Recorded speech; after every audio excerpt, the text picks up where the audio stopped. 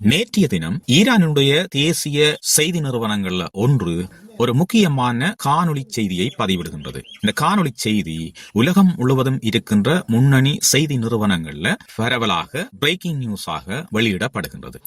இந்த காணொளி செய்தி மிக முக்கியமான காணொளி செய்தியாக இருக்குது. அதாவது ஈரான் அமெரிக்கா ஸ்டீல் இடையிலான இந்த யுத்தம் தொடர்பான ஒரு முக்கிய செய்தியை தாங்கிய ஒரு செய்தியாக இந்த காணொளி செய்தி இருக்குது. இந்த செய்தியை உலகத்தில் இருக்கின்ற பிபிசி, ஏபி நியூஸ், அதே மாதிரி பிரான்ஸ் நியூஸ், மத்திய கிழக்கு நாடுகளில் இருக்கிற நியூஸை உடனடியாக வெளியிடுற இந்த அல் ஜசீரா போன்ற பல செய்தி நிறுவனங்கள் உடனடியாக இந்த செய்தியை வெளியிடுகின்றார்கள். இதை பல கோடி மக்கள் பார்க்கின்றார்கள். இது நேற்று காலை அளவில் வெளியிடப்பட்ட ஒரு செய்தி. இந்த செய்திகளை சரியாக பார்த்து இந்த செய்திகளுடைய உண்மைத்தன்மைகள் எல்லாம் சரி பார்த்து அதன் பின்பு மாலை அளவில் எங்களுடைய இன்றைய உலக விவரம் சேனல்லையும் அந்த விவரங்களை நான் பதிவிட்டிருந்தேன். அந்த காணொலியை பார்த்தவர்கள் பலர் மேலோட்டமாக அந்த காணொலியை பார்த்துட்டு பல கருத்துக்களை பதிவிட்டிருந்தார்கள். அதாவது அந்த செய்தி ஒரு போலியான செய்தி என்ற மாதிரி கருத்துக்களை பதிவிட்டிருந்தார்கள். ஆனாலும் பலர் அந்த செய்தியை சரியாக பார்த்து அந்த காணொலியை முழுமையாக பார்த்து அந்த காணொலி தொடர்பான நல்ல கருத்துக்களையும் பதிவிட்டிருக்கின்றார்கள். அவர்களுக்கு என்னுடைய நன்றிகள். சரி, இப்ப நான் எதற்காக இந்த காணொலியில அந்த விஷயங்களை பற்றி பேசுறேன்டா, அந்த காணொலியில நான் சொல்லி இருந்த விஷயங்கள்ல 2 விஷயங்கள் உள்ளடக்கப்பட்டிருந்தது. அந்த விஷயங்களை நான் ஆணித்தரமாக கன்ஃபார்மா சொல்லி இருந்தேன். அப்ப அந்த 2 விஷயங்கள் என்ன என்று சொல்லித்தான் இந்த விஷயத்துல நான் இப்ப சொல்ல போறேன். அந்த காணொலியில சொல்லி இருந்த அந்த 2 முக்கியமான விடயங்கள் என்ன, அதே நேரம் ஈரானுடைய அந்த தேசிய ஊடகம் வெளியிட்ட அந்த காணொலி பதிவில என்ன விஷயங்கள் சொல்லப்பட்டது என்ற 2 விஷயங்களை பற்றியும் தான் நான் பார்க்க போறோம். சரி, இதுல முதலாவது விஷயம், இந்த ஈரானுடைய தேசிய செய்தி நிறுவனம் வெளியிட்ட அந்த காணொலியில யார் இடம்பெற்றது, என்ன விஷயங்கள் பேசப்பட்டது, அந்த விஷயங்கள் பற்றிய அவருடைய நேரடி காணொலியே உங்களுக்கு நான் இதுல பதிவிட்டிருக்கிறேன். நீங்கள் அந்த காணொலியை பார்த்து அவர் என்ன விஷயங்களை சொல்றார், அவர் சொன்ன விஷயங்கள் தான் என்னுடைய அந்த காணொலியில பதிவிடப்பட்டதா, ஆகவே அது சரியான செய்தியா அல்லது போலியான செய்தியான்றதை நீங்க உறுதிப்படுத்திக் கொள்ளலாம். அதற்காகத்தான் இந்த காணொலியை உங்களுக்கு தந்திருக்கிறேன். அந்த காணொலியில நான் அவர் பேசுகின்ற அந்த விடயங்கள்ல மொழிபெயர்த்து தமிழ் மொழியிலும் நான் பதிவிட்டிருக்கிறேன். ஆகவே நீங்கள் அதை இலகுவாக பார்க்கக்கூடியதாக இருக்கும். சரி, நான் இந்த காணொலியில, அதாவது நேற்று மாலை பதிவிட்ட அந்த காணொலியில சொல்லி இருந்த 2 விஷயங்கள் என்னண்டா, ஒன்று, ஈரானினுடைய அதிபர் சொல்லி இருக்கிறார் மத்திய கிழக்கு நாடுகள், அதாவது வளைகுடாவில இருக்கிற ஈரானுக்கு அண்மையாக இருக்கின்ற நாடுகள்ல நாங்கள் தாக்குதலை நடத்த மாட்டோம், அதாவது ஈரான் இனிமேல் தாக்குதல்களை நடத்தாது என்று சொல்லி இருந்தார். அந்த காணொலி அப்படியே பதிவிட்டிருக்கிறேன். அவர் பேசிய அந்த காணொலி பதிவிட்டிருக்கிறேன், மொழிபெயர்த்திருக்கிறேன். நீங்கள் அதை பார்த்து புரிஞ்சு கொள்ளலாம்.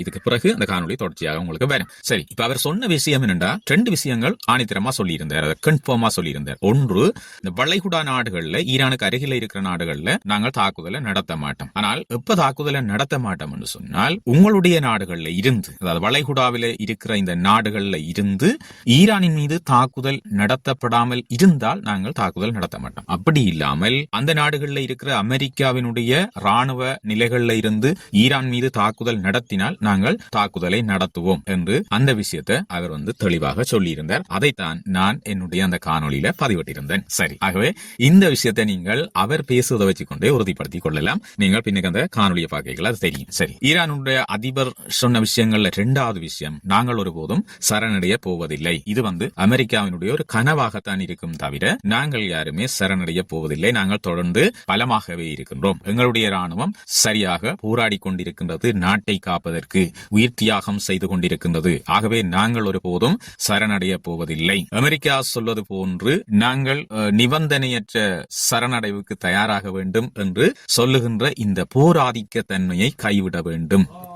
நாங்கள் ஒருபோதும் சரணடைய மாட்டோம், நாங்கள் தொடர்ந்து போராடுவோம், எங்களுடைய பலம் படியே இருக்கின்றது என்ற மாதிரியான விஷயங்களை அந்த பொருள்பட அவர் சொல்லி இருந்தார். அதை நான் அந்த காணொலியை சரியாக பார்த்து இந்த விஷயங்களை நான் பதிவிட்டிருந்தேன். இது நிறைய உலகத்தினுடைய முன்னணி நிறுவனங்களால, அதாவது செய்தி நிறுவனங்களால வெளியிடப்பட்ட ஒரு செய்தி. அது மட்டும் இல்லாமல் இந்த செய்தி பாத்தீங்கன்னா இந்தியாவில் இருக்கின்ற நிறைய தமிழ் சேனல்ல கூட ஒரு பிரேக்கிங் நியூஸாக தொடர்ந்து போய்கொண்டிருந்த செய்தியாக இந்த செய்தி இருந்தது. பல கோடி மக்கள் இந்த செய்தி செய்தியை பார்த்திருந்தார்கள். ஏனென்றா இப்ப உலகத்தில் இருக்கிற மிகப்பெரிய பதட்டம், மிகப்பெரிய ஒரு பயங்கரமான நிலை என்று சொல்லலாம். இது மத்திய கிழக்குல இப்ப ஈரான் மீது நடைபெற்றுக் கொண்டிருக்கிற அமெரிக்கா மற்றும் இஸ்ரேலினுடைய தாக்குதலாகத்தான் இருக்கின்றது. ஏனென்றா நிறைய பேர் மத்திய கிழக்குல இப்ப இந்த பிளைட்ஸ் ஒன்றும் வேலை செய்யாமல், அதாவது போக்குவரத்து விமானங்கள் ஒன்றும் வேலை செய்யாமல் இப்ப தவிச்சு கொண்டிருக்கிறோம். ஒன்று தங்களுடைய நாட்டுக்கு போறதுக்கு மேலாது, அதே நேரம் அந்த நாட்டிலேயே இருக்கிறது பாதுகாப்பு பிரச்சனைகளும் இருக்கு என்ற நிலைமையில நிறைய பேர் ஒரு பதட்டமான சூழ்நிலையில வாழ்ந்து கொண்டிருக்கின்றார்கள். ஆகவே இப்படியான ஒரு செய்தி ஒரு மனதுக்கு நல்ல செய்தியாகவே இருக்கும் என்ற அடிப்படையில தான் இந்த செய்தி என்னால பகிரப்பட்டது. ஆனால் நான் அதில் ஒரு விஷயத்தை சொல்லி இருந்தேன். இந்த தாக்குதல்கள் நடத்தப்பட மாட்டாது என்று சொல்லி ஈரான் அதிபர் சொல்லி இருந்த போதும் இது எவ்வளவு நாளைக்கு சாத்தியப்படும், இந்த விஷயம் சாத்தியப்படுமா என்றது சொல்ல முடியாது, இதை உறுதிப்படுத்த முடியாது. ஆனால் அவர் அந்த விஷயத்தை சொல்லி இருந்தார். அயல் நாடுகள் மீது நாங்கள் தாக்குதலை இனி நடத்த மாட்டோம், ஏற்கனவே நாங்கள் நடத்திய தாக்குதலுக்கு நான் மன்னிப்பு கேட்கின்றேன், வருந்துகின்றேன் என்ற விஷயத்தை அவர் சொல்லி இருக்கிறார். இந்த காணொலியில அவருடைய ஸ்பீச்சை நீங்க பாத்தீங்கன்னா வடிவா தெரியும். ஆகவே இந்த உலகத்துல நடக்கிற நிறைய விஷயங்களை நான் பல இடங்கள்ல பல முக்கியமான செய்தி ஊடகங்கள்ல, குறிப்பா தமிழ் நியூஸை விட இங்கிலீஷ்ல வர நியூஸ்கள்ல ஏராளமான நியூஸை நான் கன்ஃபார்ம் பண்ணி அதுக்கு பிறகுதான் இந்த செய்திகளை உங்களுக்கு ஒரு விவரமாக தாரேன். ஆகவே இந்த நியூஸ் தொடர்பான உண்மைத்தன்மையை நீங்கள் இப்ப புரிந்து கொள்ளக்கூடியதாக இருக்கும் என்று நான் நினைக்கிறேன்.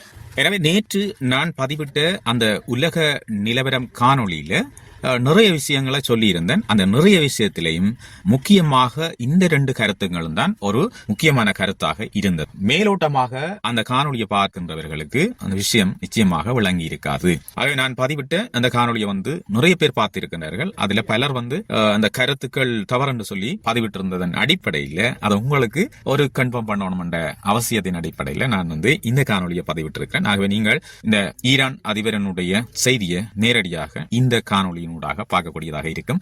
உங்களுக்கு வசதியா இருக்கிறதுக்கு என்ன செய்யிருக்கிறேன்னு சொன்னா, பேசியதை அப்படியே அந்த கருத்துக்களை தமிழ் வடிவத்தில் நான் அதை சப்டைட்டிலா அட்டாச் பண்ணி இருக்கிறேன். சோ நீங்க பார்க்கலாம், பார்த்து அந்த விஷயங்களை புரிஞ்சு கொள்ளலாம். ஆகவே தொடர்ந்து இன்றைய உலக விவரம் நிகழ்ச்சிகளோட இணைஞ்சிருங்க. இப்படியான நல்ல கருத்துக்கள், ஏராளமான கருத்துக்களை நான் உங்களுக்கு பதிவிட காத்திருக்கிறேன். ஒரு முக்கியமான விஷயம் இருக்குது. அதாவது ஈரானினுடைய அதிபர் சொன்ன இந்த விஷயங்களுக்கு பிறகு பாத்தீங்கன்னா இப்ப கட்டார்ல திரும்பவும் தாக்குதல்கள் நடத்தப்பட்டிருக்குது.